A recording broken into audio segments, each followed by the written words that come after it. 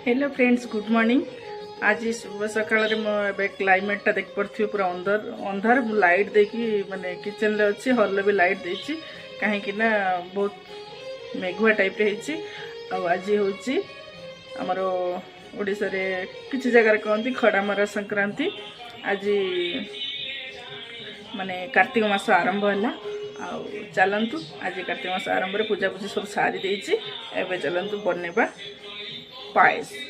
कार्तिक मास रे आज शुभ दिन। चलतु पायस गोटे कढ़ाई नहीं से 4 चमच घी देली। घी दबा परे मु काजू आ किशमिश क्वांटिटी हिसाब रे मु घी फ्राए करनी। इलायची तेजपत्र देकी हल्का भाजी नबा परे आम जो गोविंद भोग राइस मु भिजे रखी सेटा ढाल के आम भाजवा। आ देखु आज मु बनाऊँगी 50 जनक माने 50 जनक ये पायसटा बनाऊँगी।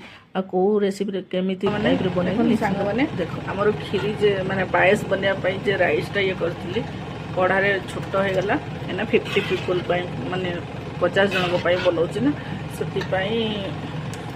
छोट हो गला।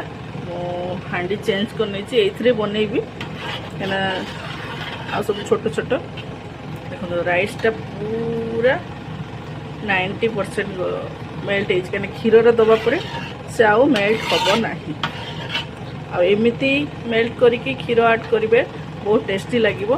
देख पारे पूरा गाढ़ हो क्षीर देके आम भल भाव फुटे ना कहीं क्षीर को तो एबे आम क्षीर देदबा।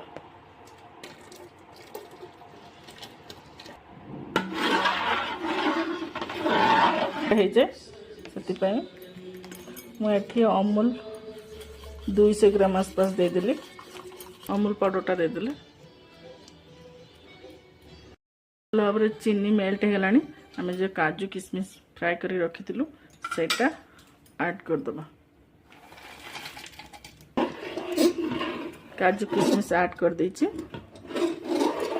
एबे आम खोआ दबा। मु 100 ग्राम खोआ नहीं एबे टिके आको एमती भांगिकी पकेदबा। देखो मो खोआटा को टिके हल्का गरम पानी दे मिक्स कर दीजिए कहीं बेसी क्वांटिटी जो कर आइस जल्दी तो मेल्ट हेनी से मुझे मेल्ट कर देदबा। देखो मो केसर टे पकई से केसरटा जना पड़ूना 5-10 मिनट पर जना पड़ो कहीं मुझे फास्ट दवाई भूली एबे ऐड करछि।